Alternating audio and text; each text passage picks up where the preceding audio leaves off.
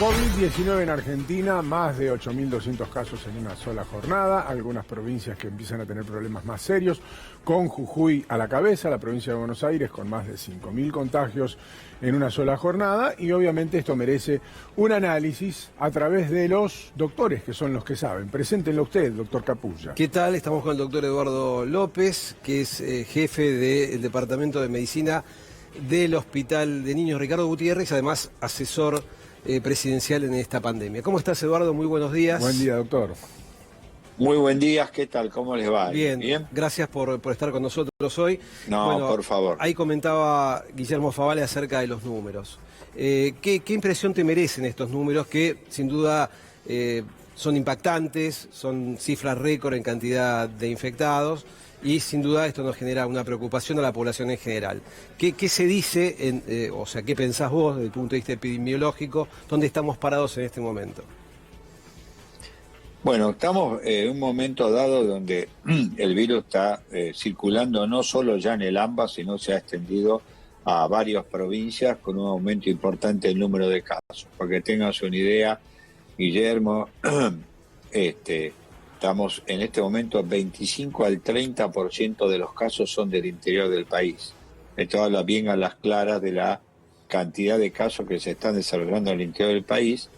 E incluso tenemos un tema que es también, que hay que tenerlo muy atento, que están empezando a aparecer casos en municipios bonaerenses que estaban libres de casos, o sea, los municipios del interior, ¿no? El caso de Bragado, que es paradigmático, hay más de 200 casos en Bragado, hay alrededor de 50 en Junín, lo que esto habla bien a las claras de que, y también hay casos en General Viamonte, digamos, lo que también habla clara de que este virus está muy diseminado y que los casos importados, o sea, los importados, que yo les llamo los que han venido de otras provincias y fueron a esos lugares, están. Y dentro de las provincias tenemos Mendoza y tenemos Jujuy y tenemos algunas partes de Córdoba como casos importantes en cuanto al número de casos.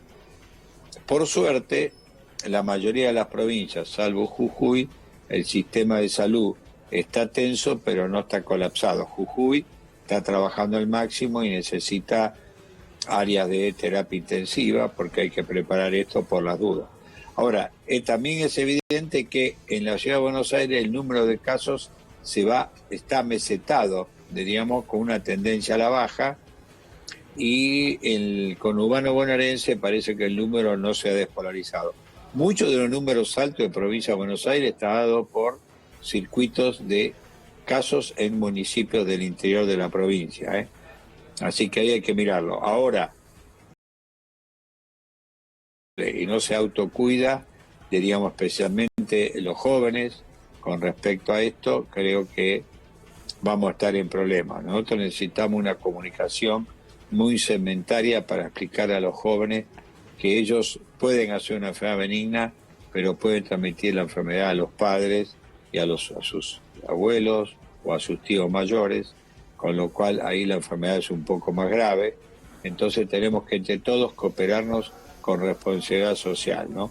Correcto. La dificultad entiendo que no es en todos lados igual, no todos los sistemas de salud pueden tolerar la situación de la misma manera, sobre todo las pequeñas ciudades que usted recién mencionaba, y claramente uno cuando habla de las camas de terapia intensiva habla de un promedio, ese promedio habla de una ocupación similar al 58% en el país en promedio, y en el área metropolitana de Buenos Aires del 68%, poco más en promedio, pero claramente hay lugares puntuales que seguramente van a necesitar algún tipo de asistencia porque son sistemas de salud más frágiles. Usted mencionaba, por ejemplo, solo por citar un ejemplo, Bragado con 200 casos. De diseminarse más la enfermedad es una ciudad que pronto podría tener potencialmente problemas y así se podría replicar en muchos lugares, ¿no?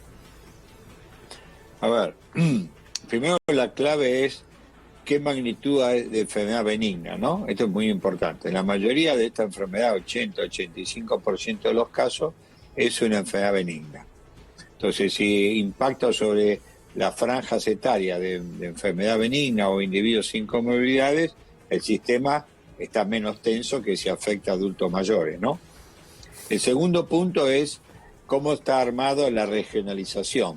En las pandemias nunca se trabaja por municipios, sino por regionalización. Esto significa Si municipio A no tiene suficientes camas de terapia, pasa al B o si no al C. Esto es el otro tema. Ahora, de todas maneras, si a usted el número de casos le sigue aumentando, diríamos también esto es importante. Es el caso de Jujuy. Jujuy tiene alrededor de 200 casos por día en promedio.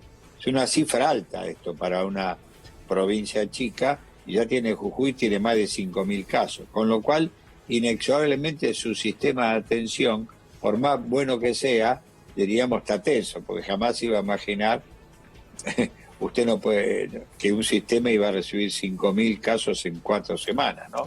O en 3 semanas, eso es muy alto, ¿no? Eduardo, vos hablabas recién acerca de la importancia del cuidado individual de las personas entre 20 y 40 años, pero también salió recientemente publicado, si bien quizás tenemos conocimiento, la Universidad de Harvard, de los niños, los propagadores que son, la carga viral que tienen los niños, que son asintomáticos o oligosintomáticos, pero que pueden tener quizás mayor cantidad viral en su garganta que una persona que está hospitalizada en unidad de cuidados intensivos adulto.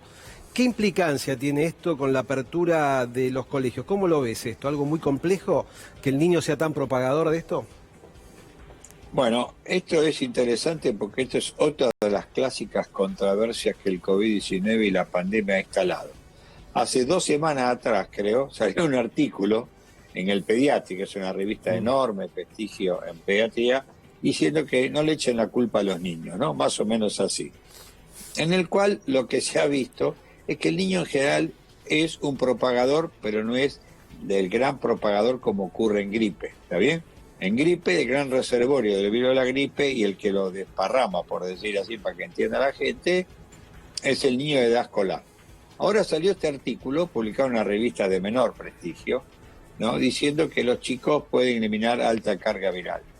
Y después hay otro artículo diciendo que los chicos eliminan igual que los adultos. Mi opinión es que los chicos tienen capacidad de transmitir la enfermedad, no tengo duda. Benigna, que nadie le da mucha importancia porque es mucho menos importante que la del adulto, pero que pueden transmitir la enfermedad. Ahora, los datos en China también son interesantes y en Estados Unidos es que los chicos se contagian de los adultos en el ambiente familiar. Con lo cual, como vos ves, Guillermo, todos tienen un pedazo de verdad, pero ninguno tiene toda la verdad. Yo diría que los chicos pueden contagiar y no como grandes propagadores, que eso no se ha demostrado en los chicos, ¿no? Pero sí que pueden contagiar. Esto apunta a que en algún momento está la discusión de las clases.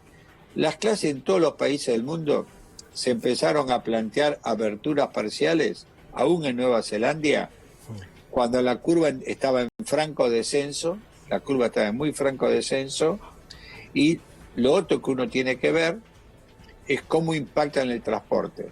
En los países anglosajones, generalmente, como Nueva Zelanda, los chicos son transportados por ómnibus escolares, como en Estados Unidos, pero a nosotros van en el transporte público, por lo menos en la escuela pública. Con lo cual, vos tenés que estar seguro de abrir muy parcialmente, si decidimos abrir, cuando la curva esté por lo menos hacia el descenso, y en segundo lugar, calculando bien cuánto impacto del transporte público. El dato que yo tenía es que toda la escolaridad primaria, secundaria y universitaria representa entre un 17 y un 19% del transporte público. Es muy alto, ¿no?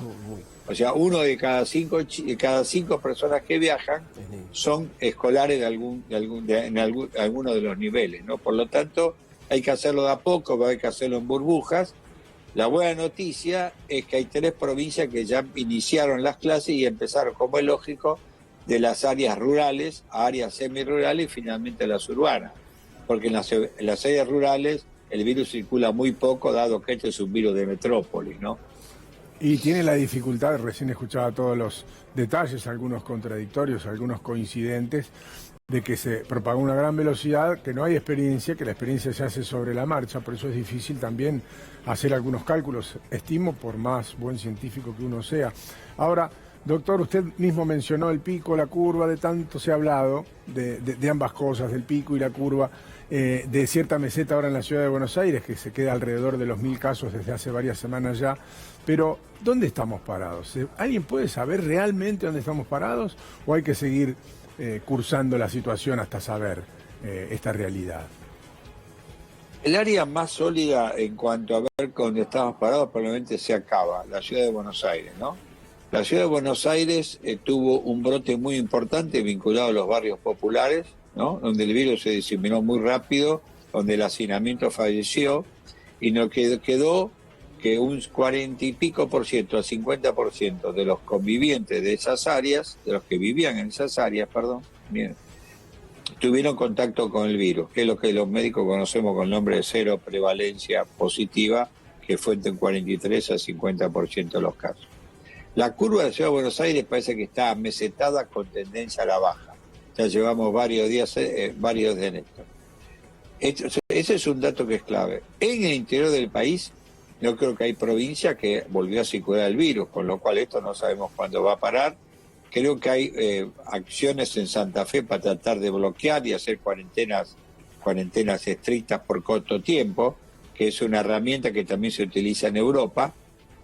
Y el conurbano bonaerense va a haber que ir mirándolo, porque lo que el otro día escuché al señor ministro de Salud de la Nación, a Ginés González García, que hay una tendencia también a ir disminuyendo el número de casos. Esto va a haber que verlo en el tiempo, en el conurbano bonaerense. Pero hay brotes en el interior del país, con lo cual estamos en una situación todavía no totalmente definida, diríamos, pero me da la sensación que en el AMBA, en el corto plazo, esto se va a mesetar. El dato de ayer de 8.200 y pico de casos no es un dato del día de ayer, sino depende de la carga de datos. Hubo 3 días de feriado, con lo cual la carga de datos es mucho más lenta, diríamos, y además son de días anteriores, con lo cual no tomemos esto como el día de mayor cantidad de casos, sino como el día en el cual se cargaron más casos positivos y ahí aparece, ¿no? Eduardo, sin duda lo que vos estás refiriendo acá genera en la población, particularmente de la ciudad, el deseo de reunirse con familiares y amigos. ¿Esto lo ves viable, lo ves posible, teniendo en cuenta que este amesetamiento está tendiendo a la baja, o es algo todavía prácticamente impensado? No, realmente los datos que mostró de ayer, que era el doctor Quirós, son sólidos, ¿no? Da la sensación de que hay una tendencia a la baja. Él dijo también, y yo coincido claramente, de que tenemos que esperar una semana para ver si esta tendencia ya es sólida, y no hay ninguna duda en esto, ¿no? Yo soy, en la ciudad de Buenos Aires, soy cautamente optimista en este aspecto, ¿no? Bien. Pero hay que ir mirándolo en el día a día, con lo cual uno puede ir aumentando las actividades recreativas, sociales y también las actividades productivas, ¿no? En esto hay un camino que se está haciendo, ¿no? En Ciudad de Buenos Aires. Y en el conurbano se están abriendo más fábricas, que también es muy importante. Y lo interesante de esto es, los brotes en la fábrica no fueron significativos, no son significativos, sino que los brotes se abortan muy rápidamente, se controlan rápidamente, y en general los individuos vienen infectados desde la comunidad. Pero como los protocolos son muy buenos y el transporte lo hacen también las mismas empresas, uno puede controlar rápidamente el brote. Así que en ese aspecto eso es una buena noticia dentro de estas incertidumbres con el número de casos, ¿no? Bien. Doctor, muchas gracias por habernos atendido, siempre muy amable. No, muchas gracias a ustedes por llamar, muy amable. Tenga buen día. Gracias, Eduardo. Bueno, doctor Capulla, una semana más para hacer un análisis más concreto. Una semana más, dice el doctor López, para saber si esta meseta que se da al menos en la ciudad de Buenos Aires es una realidad.